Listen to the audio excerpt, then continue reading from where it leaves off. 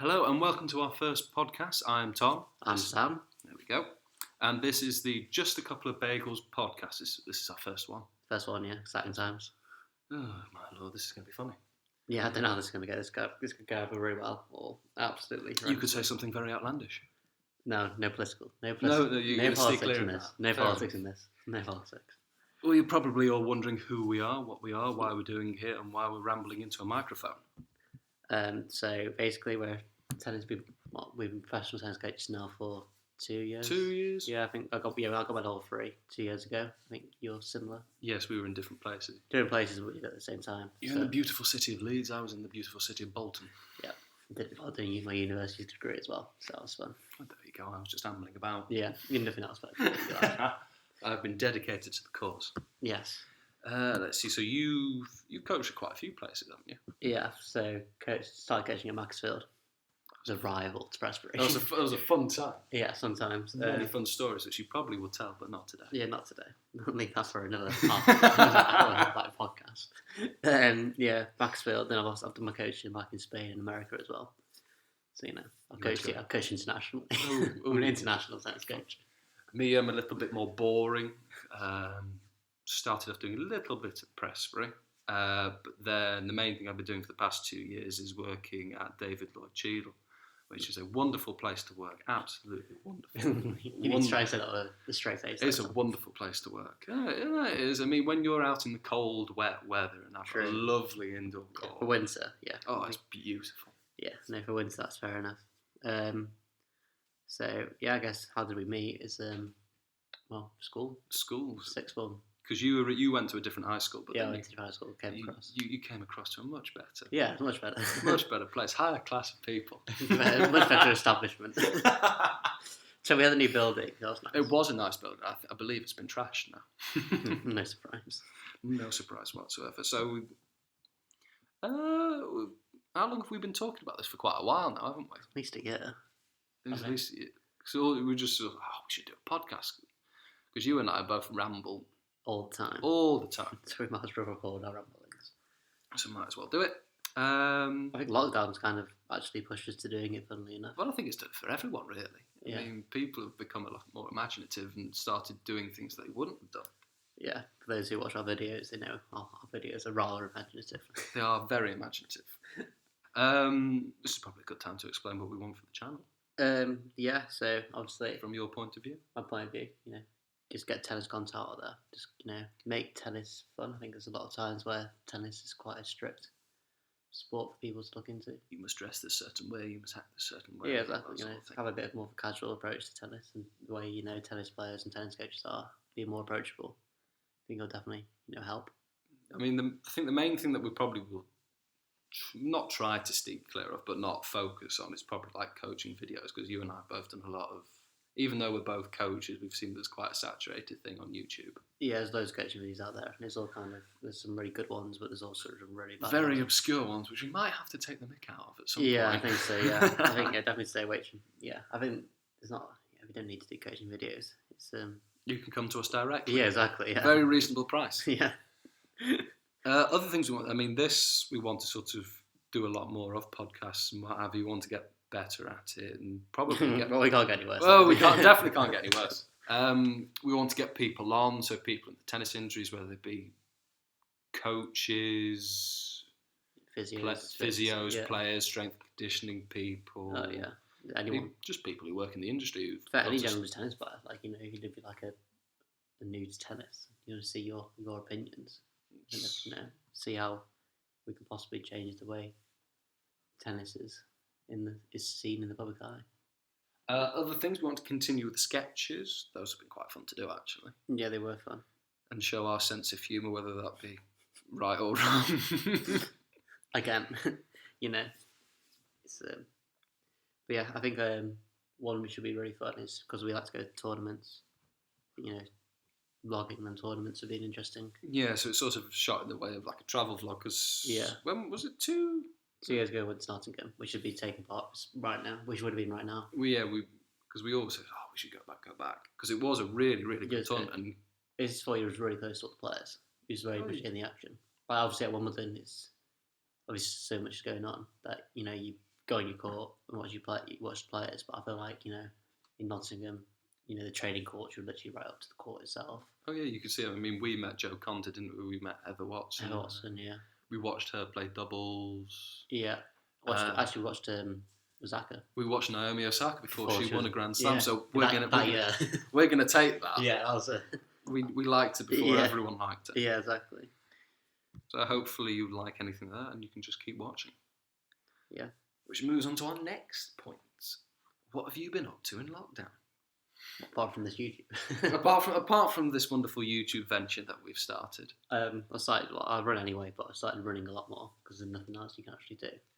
And especially at the start of the lockdown, all you could do was exercise and was running. So unfortunately, you did get me into running, even though I'm quite an active person. I hated running. Yeah, no, I like that. Running's fun. That's your greatest achievement in lockdown. You've got me to run. Best thing about running is like powerful music and put podcast in. Oh, there you go. People can listen to us. It might motivate them to run a little bit quicker. Yeah, run a lot quicker than the time what these guys are getting. Yeah. Oh my god. I went running the other day and had one with that Paul Radcliffe in. I was like, it's actually quite interesting listening to, people's opinions while running. Well, because we both listen to podcasts quite a lot. We've probably got different things that we listen to, but yeah, I listen to a lot of running podcasts. You and I just listen to every single Tom, Dick, and Harry who wants to talk. Whether that be some random Geordie bloke with tattoos or some specky people who know all the ins and outs of football stats and what have you. Yeah. So hopefully get a nice blend with this. Yeah, and obviously, nothing else to do but watch Netflix. No. Binge Netflix. What's your greatest achievement of binge watching on Netflix? I mean, I think I've watched all 12 seasons of Big Bang Theory now like 5 times at least. That's pretty good. Just go through them constantly. I have like a month break and then start from season 1 again. Oh my god. Next, what I managed to watch every single episode of How I Met Your Mother twice. I've done that now. I thought that was a pretty good achievement. That's at least, just about 20-something episodes, 9 series. That's probably nearly about 200 episodes. Yeah, that's pretty good. It's good. I love How I Met Your Mother. That's fun. It's an interesting show. Have you watched anything tennis related? It's probably Wimbledon came on, the movie on Netflix. I watched that. Horrendous. I hate watching the tennis clips. Annoyed me. The acting's not too bad, but the tennis scenes are awful. Oh, it's how can we make tennis look so entertaining? And all they've done is just make it look so unrealistic. I can't remember. It's one of the players. It's the one where they're just hitting it. It's one hits a smash. Literally, they're both at the net and he hits a smash, and then managed to get it back. He just dives across the court. It's this is so unrealistic. This would probably show the age of us and hopefully people listening. Do you remember on Wii Sports we used to play where everyone's just whacking everything? No one can actually see what we just did there. We're just moving our hands ferociously. If you look through the window, you might be a little bit suspect. Yeah. Other things, you haven't done much reading? Yeah, I've read a bit. The best book I read was Ant Middleton's book. I can't actually remember what the name of it was. But Ant Middleton's, like, for those who don't know, he's like ex-SBS, Special Boat Service.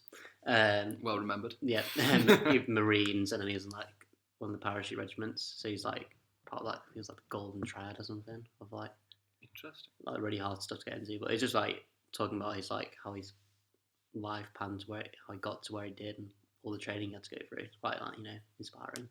Motivates you to go out on a 5-mile run when he's like running 26 miles across rocky terrain. He sort of makes you feel a little bit bad. Yeah, he's like it makes you get up.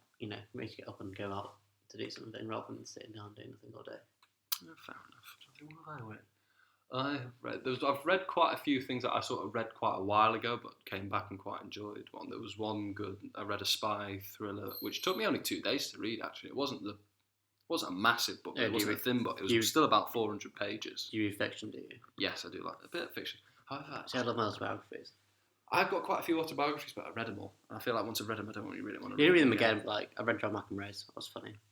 I read his second one. I did that last year when I went on holiday. Oh, okay. I had this sort of determination in my head that I must read a book on holiday. So I read all that, and that was actually quite interesting. And I do love him as a commentator. Yeah, no, he's funny as a commentator. He's brilliant as a commentator. I actually read Maria Sharapova as well. We know how much you love that. I think it's a great book, to be fair. Obviously, he talks a lot about the drug scandal. See her view of few things, and just how like how she grew up in Russia and got to where she is today. Well, where she was, when Wimbledon at the age of 17. Something ridiculous. Yeah, like that. so Absolutely ridiculous. But then loads of shoulder injuries, unfortunately. And then had a little bit of a mishap. Mishap in the Australian Open. Misread an email or something. Ooh. No, but you could probably argue that John McEnroe's probably, his perception in Britain especially, has changed dramatically since he was a player to what it is now, because he was almost like Marmite when he was playing. People either loved him or hated him. Oh yeah, I think especially the new generation coming through won't actually know, I don't think they'll know much about his antics. No. So I think we almost first, again, we're the still new generation, because I think we just know about it. Just from being tennis fans. Really. Yeah. I mean, if people don't really know how John McEnroe acted, just imagine Nick Kyrgios without the swearing. Yeah. And he'd do all these gigantic outbursts, but he'd never swear. But the also thing about John McEnroe is he did it all, but he backs it up by winning tournaments. That's Kyrgios does it, and he'll win a match, but he won't win a Grand Slam at the moment. It's different. I mean, because it's such a shame actually, because he's a very, very great player. Kyrgios is a great player. God, I love watching Kyrgios. I watched him at the US Open last year. It's incredible. Grandstand. When you went to go and find yourself in America. I went to find myself in America just to go myself in a westernized country. The most uncoachable player. Kyrgios. I don't know how. I wouldn't fancy it. I wouldn't take him. You wouldn't take him? No. Well, unless you paid millions, I might. Well, to be fair, for the past 3 months, we couldn't coach, which is quite a forced segue into the next section. Very forced. Very forced. I'll get better. I'll try to get better with that. Is coaching while in lockdown. Interesting. Very. It was interesting, definitely at the start, because the LTA changed. They've changed rules twice. Yeah. First rules was there was no group coaching. It had to be only one-to-one coaching. Yes. And they said fresh balls, which I believe. I think like you was meant to have like 2 different baskets on court. You had a basket for serving and a basket for hitting. And obviously your client's never supposed to pick up the balls. Which was quite an elaborate, because I saw one coach who I know very well did a video of all the different ways you can pick up a ball without using your hand. Yeah, right. Okay. So that's one we've missed. Yeah, damn it. Gutted. But I thought kids quite liked it, actually. Kids quite like not picking up the balls. Well, they pick up the balls anyway, so it was great. No. Any coaches out there can sympathise with us. When I've still got that video of Joe Conser picking up balls. There we go. We need to show that. We do need to get that out there. But yeah, any coaches who can sympathise with us about kids not picking up balls and just hitting them aimlessly or kicking them round will know exactly what we mean. Yeah. I think, to be fair, my red ball's pretty good. Like, if I get my kids from a young age, if I first get them before they have any other coach, they tend to grow up into... I think that's like with any pupil, though. If you can get them before someone's tarnished them. I'm just like, right, rackets on the floor, pick up the balls, put them on your racket, and then carry them in. It's quite good, because like, a lot of people, little kids, like, obviously build a pyramid, and they try and carry like 20 balls on the racket. Oh, yeah. And it goes everywhere. And then it's goal. But it's quite funny. Like, at least they try. The heart's in the right place. Yeah. Like, so I had to come running over there with a basket to try and get them all in. But that was quite funny. To be fair, from my point of view, the biggest change was being solely an outdoor club for 100% of my coaching. Yeah, no. Because obviously I've lived a very sheltered life, being at David Lloyd's inside. Yeah, lush in the winter. Nice, pristine courts. Yeah. Balls. Well, the carpet. Balls not going all fuzzy and wearing out. No wind. That was because when we came back, I think how long was it? It's been about 3 weeks since we've been able to go back to coaching. I think privately, yeah. Private lessons, yeah. Private lessons. It's been 3 weeks, and I think the first 2 weeks was glorious sunshine. So I was like, oh, this is no different. There's no wind. Yeah. And then as soon as the weather went absolutely downhill and there was a really windy day, and I fed a ball straight through a person, and it just veered off. I was like, I'm not going anywhere near this person. Yeah, it's so difficult. And you've almost got to get used to it. It's a completely different way of coaching outside than it is inside. Yeah. To be fair, coaching with numerous layers on and a big thing. Oh yeah, but you're sort of like a Michelin man walking around. It's just like a little. Yeah, I had one coach who wore like a massive like rugby suit. It was hilarious. And just to keep warm, especially in the winter, like obviously like coaching in winter. I think especially when you've got a group, you're not really moving around much. You just The players are hitting with each other, so you're there at the back of the court. It's like, oh my god, I'm freezing. Please let me hit. I can't feel my hands anymore. Yeah. To demo something, it's not going to work. Yeah. I want to demo something, but the ball's really hard, really heavy. There's a crosswind coming in. Oh my god. And yeah, because obviously you try and not cancel lessons because it just causes pain. Do you know what? That's been the one thing that I've really not liked, is having that, because if you work at an indoor centre, most people who coach there will understand it. You sort of got that nice sort of carefree attitude because you know you've got a lesson on. Yeah. And you can, regardless of this, I've got these lessons today, it's going to be fine. But you almost wake up, you look outside of it, and suddenly go, oh, it's going to be all right today. But if it's sort of a bit cloudy like it is today, yeah, you almost think, oh no. When it's things like I'll have like a lesson, like a junior lesson at 4 o'clock, and then your parents kid texting you at 2 o'clock and it's chucking you down. It's like, well, you got to give it time. Oh yeah. You're not going to cancel the lesson. lesson. How long do you give it now? Half an hour. It's harsh, but I'm giving. It's harsh. I think half an hour, because most people who live around here. I think everything can change so quickly. Oh yeah. I mean, there's been a couple of days previously when it's literally gone rain, cloud, sun, back to rain again. Yeah. So it's been unpredictable. What is the worst weather you've actually probably either coached or played in? This is pouring down rain. I coached in the snow once. I was fun. I bet your sliding was on point. I was definitely on point. I love a slide. But yeah, no, I had a junior group and I was determined to keep them out in the snow. Because when I was an assistant coach, like level 2, I was like, no, let's keep them out. And the head coach was like, no, we've got to take them in. I was like, oh no. Which I think was what? I wouldn't say it's similar. I had a mini red group who still have to this day actually, and I enjoy teaching them immensely. I think it was sprinkling with a little bit of snow, and then it all came down. And this was about half an hour before I was meant to take this. I thought, oh my god, this court's getting covered. Yeah. So I went with one of the drag mats and I was like profusely trying to get rid of all the snow.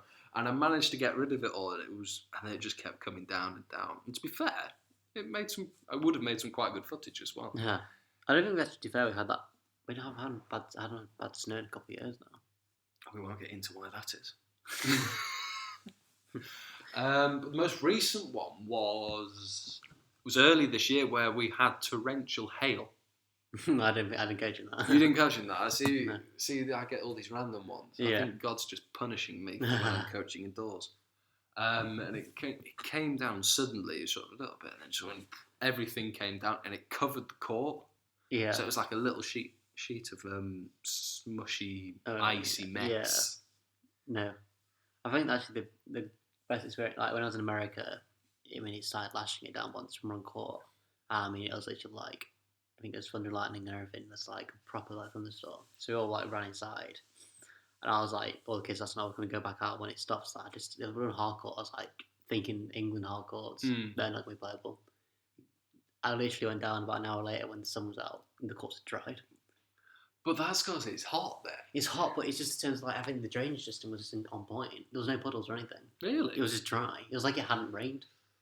I couldn't believe it. I was like thinking, oh, this is England. Like, that's the course out of action for there you go. Anyone who's listening who does courts or anything, please go to America and find out what they do with their drainage systems. It will be very, very helpful. Because I was trying to speak to you, but there's not really much point. The whole court's like actually underwater. I went down. All courts dry, like it hadn't rained. To be fair, anyone who is trying to become a professional tennis player in Britain has got it tough with the weather. Yeah, winter's awful. Because it's summer's great. unless you've got an indoor club that you go to, which to be fair there aren't many. They're quite scattered round. Yeah, the RTA meant to be. They said they've got grants to build some, but I don't know when they're meant to be happening. I mean, where we work, it's going to be quite hard. Oh, yeah. I mean, bubbles are meant to be the way forward, aren't they?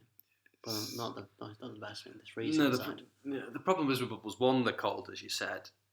Two, some people don't like being in them. They don't like the echo in them. It does change. I think it changes your timing a little bit, having a weird echo. And then third and foremost, for the club, they're expensive. The odds maintain, yeah. Because everyone who doesn't know, they're basically a massive perspex sheet. It's a dome, aren't they? They're just a massive perspex dome. Yeah. It's like, it is a bubble, in a sense because it just has air pushed in. It's always cold air. It's freezing cold air. Yeah, it's so cold, especially obviously with the pits of winter when there's no hot air outside anyway. It's absolutely freezing walking in there. But like, yeah, I think also the problem is it's depending where you are. When I was playing at Middleton, Virgin Nights in Middleton, Oh, yeah. when I was around, they had a bubble. Like, hasn't getting slashed.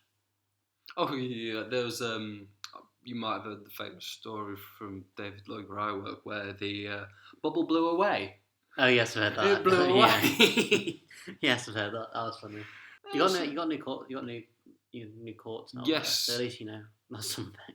No, it's getting there physically. I think they're trying to do it with most David Lloyds, where they're trying to just spruce things up a bit. It needs a bit of TLC.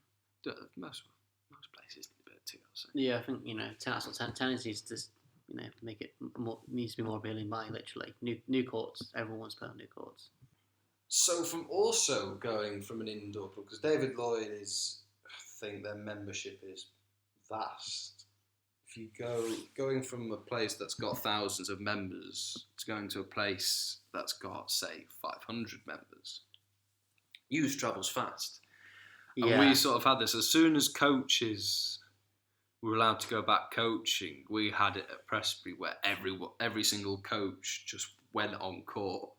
Yeah, obviously that's the news travelled around, and I wouldn't say a lot of members, I say some members started complaining that coaches were coaching. To be fair, when you say it like that, it sounds almost ridiculous. It's like, what are they doing? Are they coaching? You shouldn't be doing that. And like they said, they're coaching, but we want the court space. It's like, one, we're coaching members. It's not we're not coaching each other. We're coaching other members who are asked for lessons. It's not like we're taking a court space for a non-member or anything. No. We're taking up a.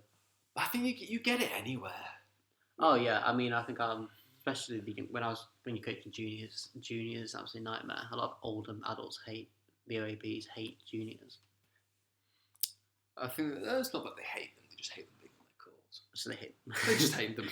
I think I was once coaching at Macclesfield. I had one of my first individual. So she was only she was just about orange ball when I started coaching her. I was coaching in court, and literally all courts were empty.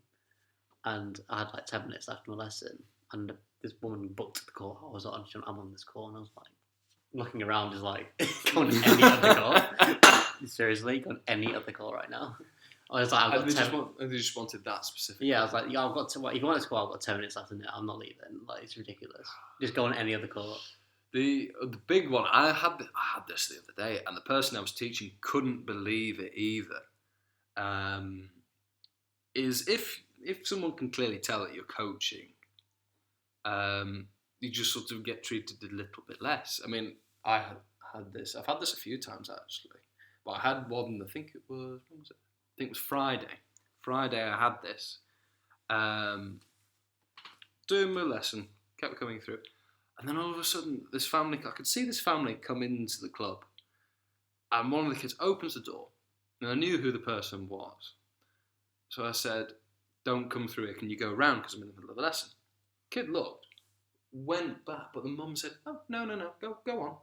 Well, the person I was playing with got a deep ball, went back and swung the racket back. Yeah, it's definitely an issue. I think kids need to be taught, definitely at an early age. It's court etiquette. Don't run around. It's just safety, if anything. Oh, yeah. It doesn't help when parents don't understand it either. There's a reason why we tell kids to not run behind a person swinging a metal object.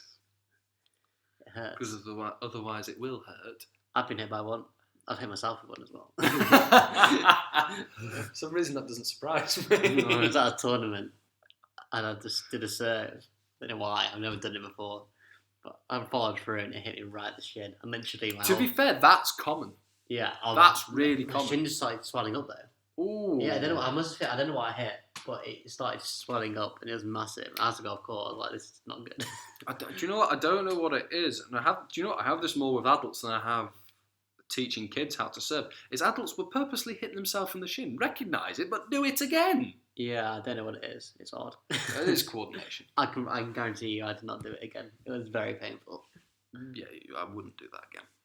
So I back it. So I caught for like 10 minutes. I had to go back on. It was still swollen, and I was like, right, I'll have to carry on. I mean, I don't think we I lost. But yeah, it's Go on. What is the worst injury you've seen on court?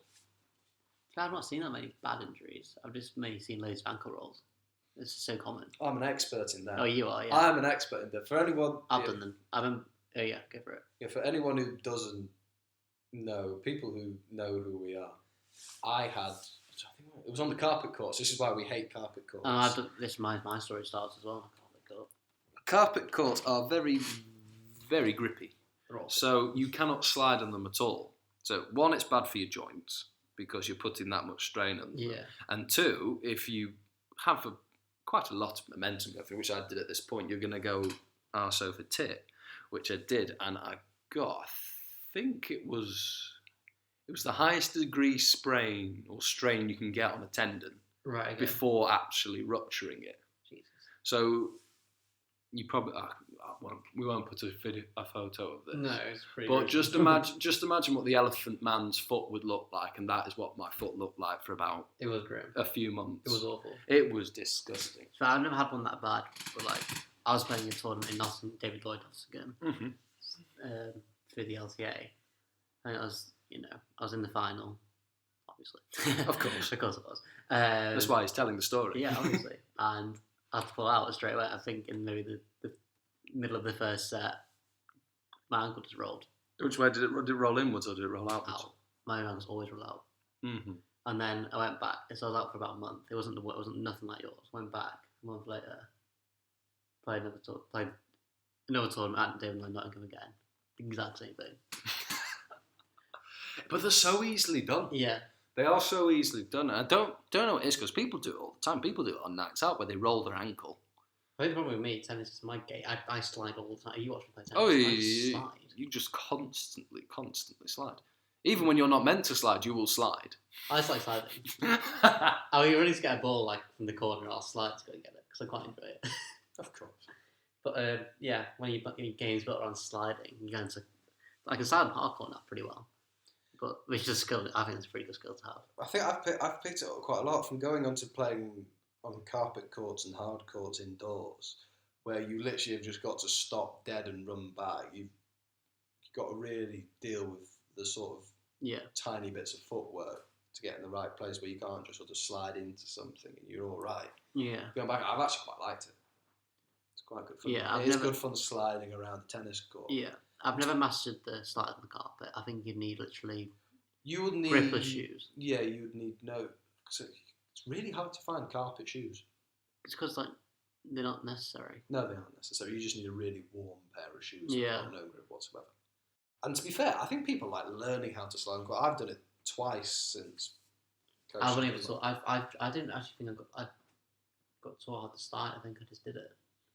I don't remember having a lesson on how to slide. So go ahead, let's test this out. So if you were going to teach them how to slide from all I've done this once and it didn't go well. Have you done this once? Surprisingly enough, this isn't in the level 3 guide. this wasn't in. Yeah. This wasn't in. Right, we're going to teach you how to slide on a clay court. Because I remember my mate, we're on a clay court as well, which is like, sliding heaven. Mm. And he was like, I can't slide. And I was like, well, let's see if we can teach you. Because I never thought if I'm to teach them to do it, I just do it naturally. So you got to run. And you got to run. You got to plant your foot. You plant your foot. You left your back leg has to kind of, you turn it to grip. The way that I taught people, it's how I teach people to serve. Actually, who I've never taught before. Yeah. Where you literally say, "Show me what a serves look like." So I just said to the person, I said, "Can you slide on this court?" And you start one, where someone sort of puts both feet down really hard. It's like a shuffling movement, and like it doesn't work. Ice skating. Yeah. So the thing that I got to do, one, they had to get the foot that they're pressing down on. It's got to be flat. Yeah. Oh yeah. If it comes up and you sort of go your toes into the ground, then you're going to stop and you're going to get that shuffling motion. So you got to put that foot down, and you just sort of almost forget about the other leg. I sometimes let it grip to slow me down. It's like a break. I mean, I don't have to. I'm quite good at getting my body swelling, get around to change direction and slow myself down because I do it all the time. Fair enough. But yeah, I think I taught a mate and you pretty much went head over heels. I haven't had it that bad. I got them to quite a good point, actually. I was quite impressed with how well it worked. Oh yeah, just don't come to me. You want to learn how to slide, don't? I can slide. I can show you my sliding, but I can't. I've never been taught it. I've always just done. I haven't. I just sort it came into my head, so I sort of did it a few times, and I just thought, what am I actually doing? So I thought about this whole thing. The main thing is timing it. If you time a slide wrong, it can look horrendous. Yeah, it's like the thing is you can't break down the slide into small chunks. You can break it down for what actually works. So running, what each foot is doing. That's all I can put. It's not like teaching beforehand, is it? Oh yeah, no, it's not. But you've got to have those certain reference points for people to understand of what to do. So they've got something like, right, is my foot doing this? Is this doing this? Yeah. The hardest thing was actually both people that I've done this with, both polar opposites.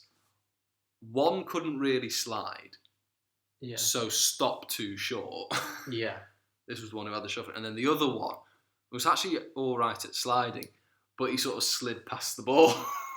Yeah, it's all about timing. You've got to sort of you've got to time the slide so you almost stop as you make contact. Like with any shot, if you run, you've got to stop your feet before you. The thing is, you slide on the clay because it's necessary.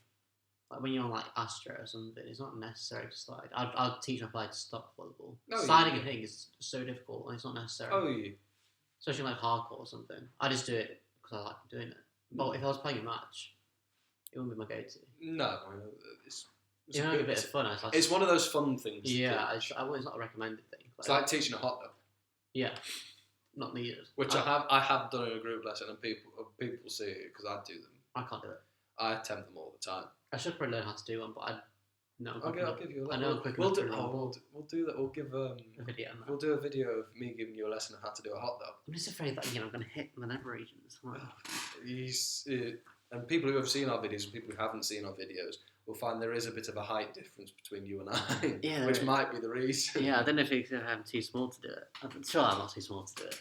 No, I don't think you are. I've never done it because I know I've always been quick enough to run around it. There we go. Me, I just think it just looks better. When you win a shot of a hot dog, it does look amazing. Oh, it does. But the problem is if you do it midway through a lesson and you win it, the person just sort of looks at you and goes, "You're meant to be teaching me, not taking the mick out of me." Well, that's the thing, though, isn't it? Having the fine line between being a player and being a coach. Kids love it. Yeah, kids love it if you do it and you win a point off them like that. They're just sort of like, "Wow." Yeah, I think teach me. When I was on my level 3, my tutor was like, right. I think it's basically the boys and the girls are all right, but it's the guys like he put us into this like kind of match situation. At the end of it, it's like, right, you sorted now. You get that out of your system because you're coaches, you're not players. It's having that fine line of being like, you're a coach.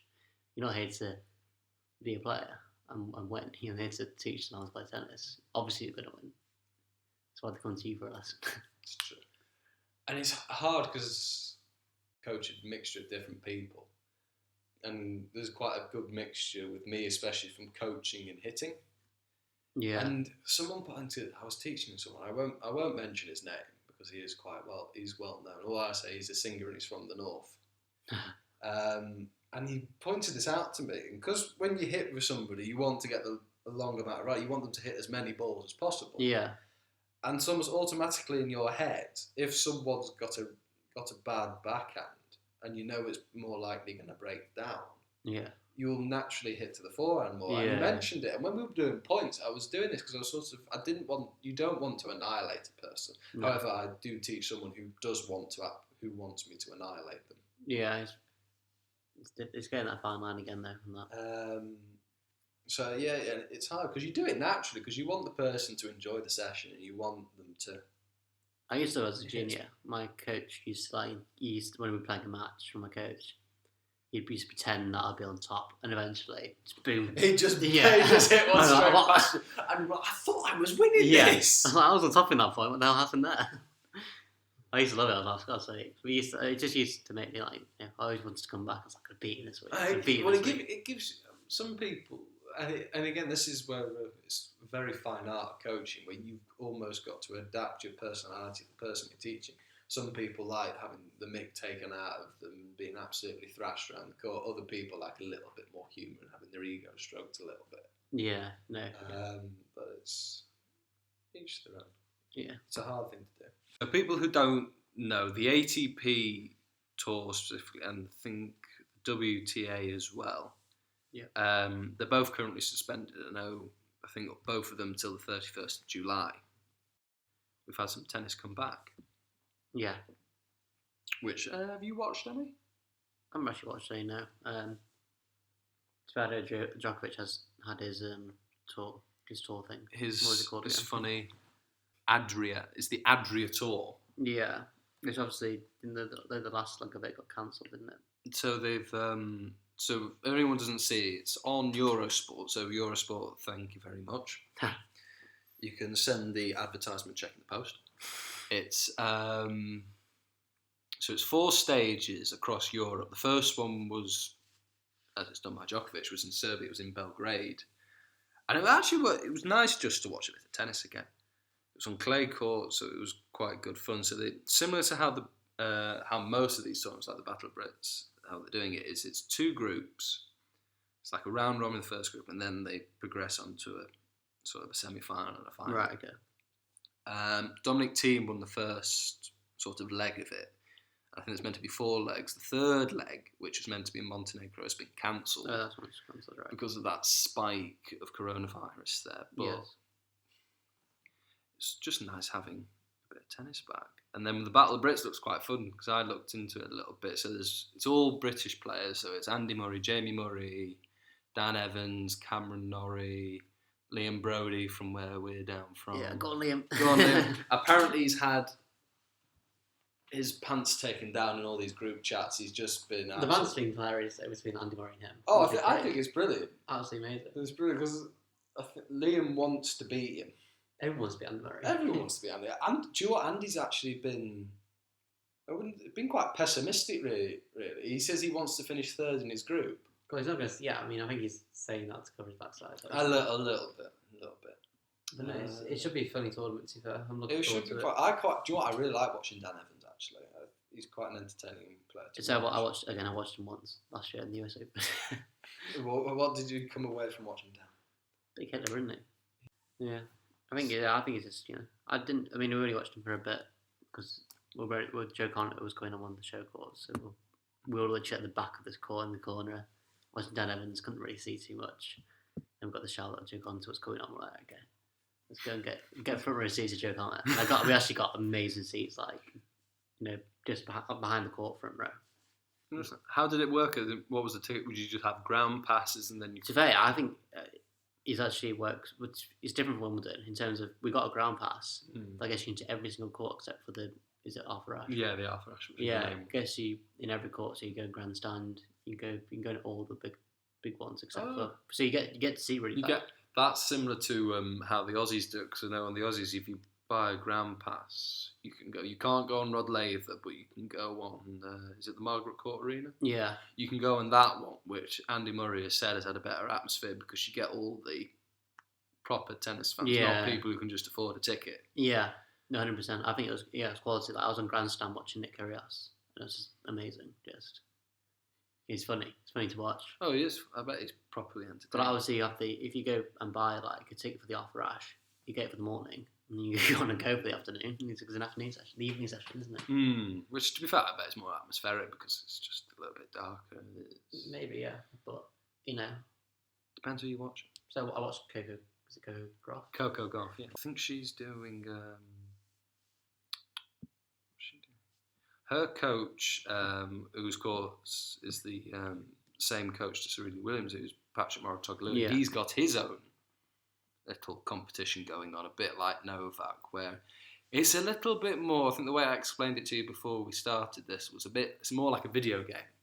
So they've got people like Stefanos Tsitsipas, Benoit Paire, loads of people like that, and I think it's more. They do it more on a tiebreak basis. It's called the Ultimate Tennis Showdown. So sounds like a video game already. Yeah.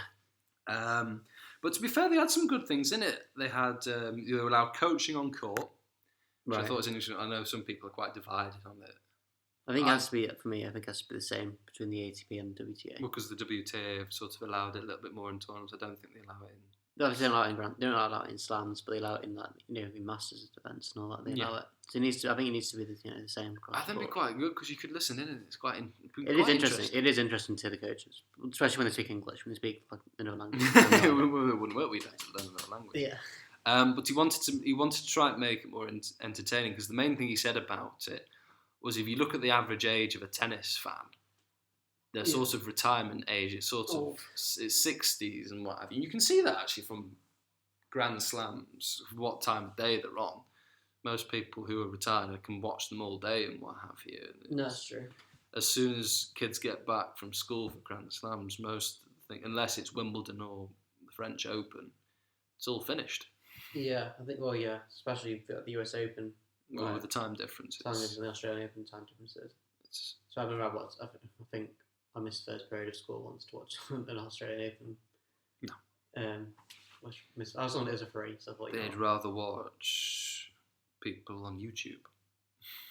Hopefully us. That'd be nice. So he's done it quite differently. So you can listen in on what coaches say to the players, and you can also have sort of halfway through when they change ends, when they sit down, have a drink, and put the towel over the head. They can have sort of encore interviews at the same time, and now so you sort of get a little bit more information of how the player's feeling and what's happening. Yeah. But then the other thing which I'm not too sure about is when he's got these. They're almost like joker card things where you can swap the serve over. Winners count for double points or something. It makes it a little bit too arcade. I mean, that's something like you do during a training session, isn't it? Oh, if you hit a winner, it's 3 points. It's something stupid. You hit a volley, it's an extra point.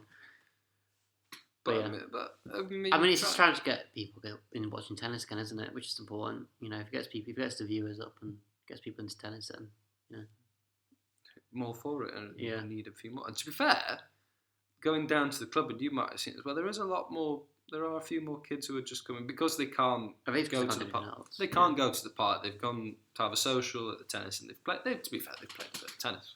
No, it's nice though. It's nice to see getting juniors playing again, and getting young adults playing. Hopefully, they'll watch a bit more because I know the atmosphere of the club's generated a lot more. The more young people you have in the club, the better the atmosphere.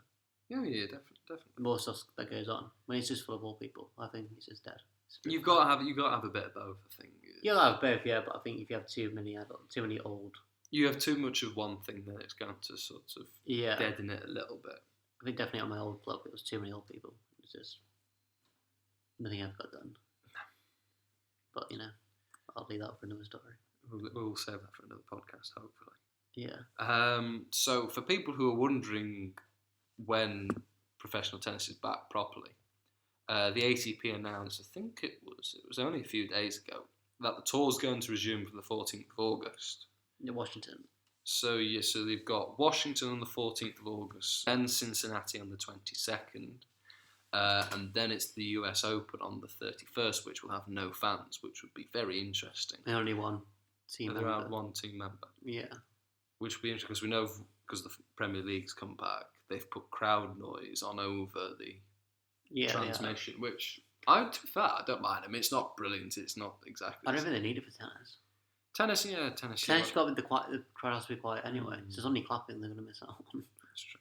So I think it'd be all right. Let's see. Then we will go, and then they swing it all the way over to the clay court season, which was unfortunately postponed because I love the clay court season. I prefer the grass court season. Of course you do. Which you don't get. Which we definitely won't get because the weather in Britain, as you get to more September, it won't be it will be atrocious and you won't be able to play anything. So they've rescheduled the Madrid Open, which will be on the 13th of September. A week later, on the 20th, you've got Rome. So Rafa will be chomping at the bit, and then that's if he plays.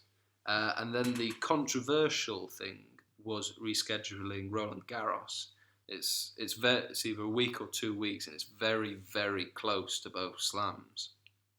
Which, to be fair, you might get another winner. You might get a completely different person who wins it. It's gonna be strange. I don't know. I mean, I don't know what the weather was like in France either in September time. I think that must have been a factor when they're deciding it. Because I know, when you watch it in, what is it, May? Sort of the end of May, early June. The weather's not great still. No, and to be fair, they've modernised it quite a lot because they've now got a roof, which I think there's a roof up now. There's a roof now on Court Philip Chatrier, which does look very nice. So they enter the 21st century. So they have. They've had a massive update. They've got a greenhouse court as well, which is quite nice. Interesting. It's very nice. But it will be interesting. I know some people because I think Djokovic is up for it all. He doesn't see anything wrong with it. I think Andy Murray wants to get back straight away, but then there's a few people like Simona Halep, Rafa Nadal, who are all a little bit cautious. Yeah, I mean, it's you can see why they're cautious. I mean, I guess there's an epidemic going on. So. Yeah. Some people have forgotten, but there is. Still, yeah, it's still going on. Just hoping by August, September time, it's all kind of settled down a bit. Hopefully, fingers crossed. Things are getting a little bit more back to normal. Yeah, slowly. Football's back.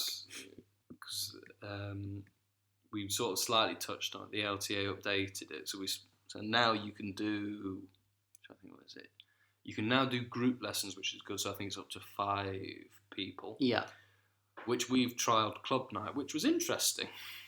Yeah, so you did that last night, didn't you? I did that last night, and it wasn't exactly the same. Club night, you expect double figures of kids turning up, and it is just a turn up thing, but it took a lot more organising where we had to explain rules, what kids were allowed and what they weren't allowed to do, and the maximum we could have was 5. Yeah. But it was all right. It went quite well. I mean, you get people who know each other quite well. Kids have their own little cliques and groups. Yeah.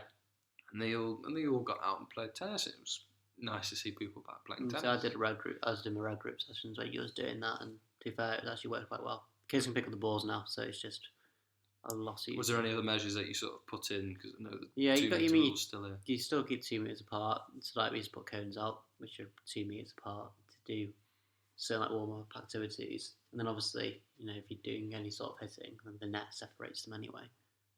That's fine. But it's just kids. Kids aren't going to be able to social distance at all points. No, I think that was the hardest point, because I know before we went into lockdown, when people were saying, are we going to go in, aren't we going? And the main thing I had when I spoke with another coach is, how are you going to police kids who are 5 and 6 with this saying you can't go near a person, or you've got to keep a certain distance away? I think it helps with the parents. Like, obviously, we talked to the parents before they came on, and was like, look, I'm going to try and keep them 2 metres apart, but these kids, they're 6 years old, 5 years old, they understand. They're like, And to be fair, they're less susceptible to this. Yeah, the majority of parents, especially the ones I spoke to last night, they're like, it's fine. We understand the risk, and it's we were trying to keep them apart. We did for the majority of it. It did. Obviously, don't touch your eyes, don't touch your mouth. But again, the kids. So, what can you do? They live and they learn. They do. And that's probably a good point to wrap it up. How do you feel this has gone? Yeah, not bad. It's fair. It's gone quite quickly. 15 minutes. That's gone quite quick. Hopefully we haven't rambled too much and bored people too much. Hopefully there was a few decent things that we talked about. I know we went off on a few tangents. Yeah, but it's always going to happen, isn't it? We did have a little schedule in front of us to follow, which I think we kept it pretty well. I think we kept it pretty well. There was a few things that we thought we might include and haven't really included, but we can save them for another. But as an hour into it, I think that's fine. Hopefully you're not on nodding off. No. Well, I hope you've enjoyed that. If you'd like more, please do subscribe.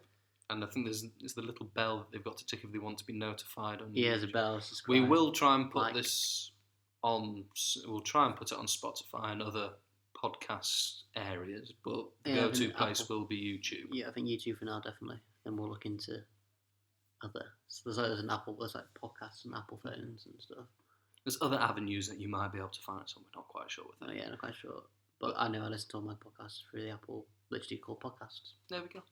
So, but yeah, anyway, cheers for listening, guys. And, thank you very much. Hopefully we'll see you soon.